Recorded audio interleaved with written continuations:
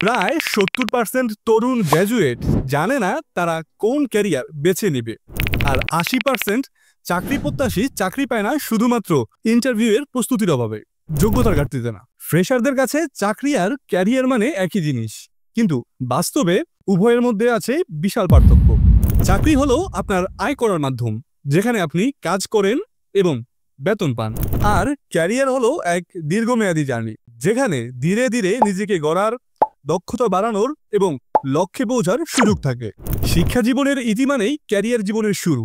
বিষয়টা এরকমও নয়, উভয়ের মাঝে আছে এক অদৃশ্য সেতু, যা অতিক্রম করা ভীষণ চ্যালেঞ্জের। ক্লাসরুম টু কর্পোরেট এই বই আপনাকে শেখায় কিভাবে ভার্সিটি লাইফ থেকে শুরু করবেন আপনার ক্যারিয়ার ম্যাপ, কিভাবে বানাবেন প্রফেশনাল সিভি এবং ইন্টারভিউ বোর্ডে জিতবেন আত্মবিশ্বাস ও দক্ষতার সাথে।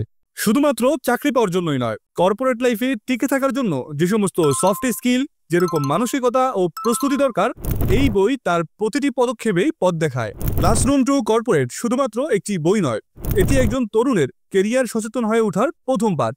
আর যারা সঠিকভাবে ক্যারিয়ার শুরু করে তারাই সবচেয়ে বেশি এগিয়ে থাকে।